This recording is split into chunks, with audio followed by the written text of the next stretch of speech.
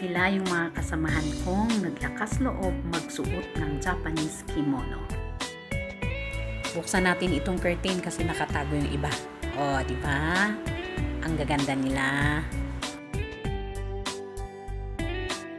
Sa pagkakaalam ko, marami ang components or parte ng Japanese kimono. Tignan natin kung anong parts ang meron sa kanila. Ang kanilang iba't ibang kulay na kimono na parang robe na nakarap around sa kanilang katawan. Left over right daw ang tamang pagsuot ng mga kimono ng Japanese. Ang tawag dito ng mga Japanese ay obi, parang malawak na sash or belt at ginagamit ito para suportahan yung kimono. At least nakasak sila at nakasandal na rin.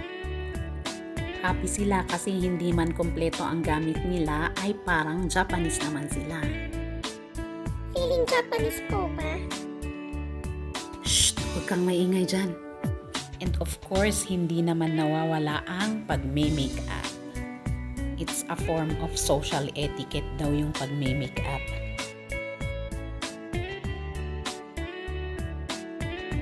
Akala ko gamit lang sa pagkain itong chopstick.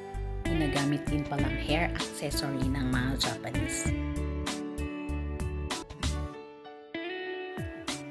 Mainit ba, ma'am? May pamaypay ka eh.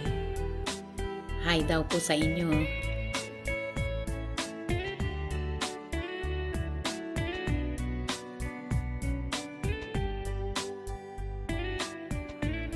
Ayon sa kultura ng mga Japanese, ang pagyuko ay isang paraan upang kilalanin at ipakita ang paggalang sa mga taong may mataas na katayuan sa kanilang lipunan. At the deeper the bow, the more the respect daw.